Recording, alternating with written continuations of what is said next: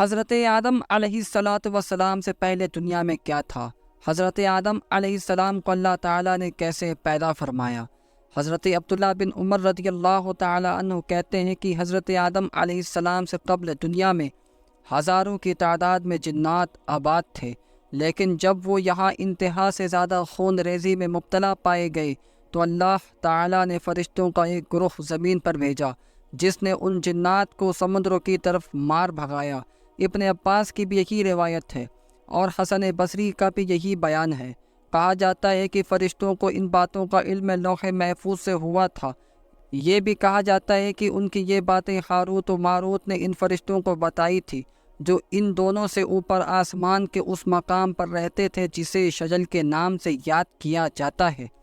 تو یہ بات اس روایت سے، حضرت عبداللہ بن عمر کی روایت سے معلوم ہوتا ہے کہ حضرت آدم علیہ السلام سے قبل دنیا میں ہزاروں کی تعداد میں جنات آباد تھے، پر جب وہ دنیا میں آپس میں خون ریزی، قتل و غارت کرنے لگے تو اللہ تعالیٰ نے فرشتوں کے ذریعے ان لوگوں کو سمندروں کی طرف مار بھگایا۔ حضرت آدم علیہ السلام کو اللہ تعالیٰ نے کیسے پیدا فرمایا؟ ابن عباس، ابن مسعود اور کئی دوسرے اصحاب رسول اللہ صلی اللہ علیہ وآلہ وسلم کے حوالے سے بیان کرتے ہیں کہ اللہ تعالیٰ نے سب سے پہلے حضرت جبرائیل علیہ السلام کو زمین پر بھیجا تھا تاکہ وہ وہاں سے تخلیق آدم کے لیے مٹی لائیں، لیکن زمین نے ان سے کہا کہ میں تم سے اللہ کی پناہ مانگتی ہوں کیونکہ تم مجھ میں بہت سارے نقائص نکال کر مجھے بری طرح سے برا بتاؤ گے۔ زمین سے یہ باتیں سن کر حضرت جبرائیل علیہ السلام یہاں سے واپس چلے گئے اور اللہ تعالیٰ کے حضور وہ سب باتیں عرض کر دی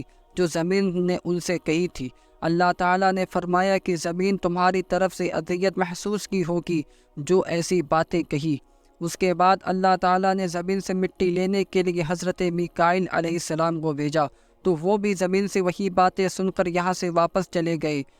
تو آخر میں اللہ تعالیٰ نے حضرت عزرائیل علیہ السلام کو بھیجا، لیکن انہوں نے زمین کی باتیں سن کر کہا کہ وہ اس کی مٹی بہرحال لے کر جائیں گے، اور یہ بھی کہا کہ آئندہ نہ جانے مجھے تیری کتنے اجزاء پر قبضہ جمانا پڑے گا۔ یہ بھی کہہ کر انہوں نے جگہ جگہ سے مٹی لے کر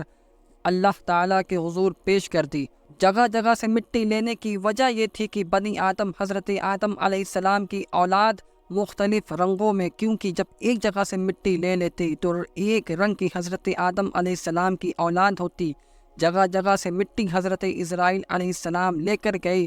کیونکہ بنی آدم مختلف رنگ میں ہوں گے۔ بہرکیف اللہ تعالیٰ نے زمین کے مختلف حصوں کے نرم مٹی کو گارے میں تبدیل فرما کر اس سے آدم کا پتلا خود اپنے دست قدرت سے بنایا اور فرشتوں سے فرمایا کہ میں نے آدم کو مٹی سے تخلیق کیا ہے۔ پھر جب اللہ تعالیٰ نے حضرت آدم کے اس پتلے میں اپنی روح پھونکی تو اللہ تعالیٰ کے حکم پر تمام فرشتوں نے سوائے ابلیس کے سجدہ کیا۔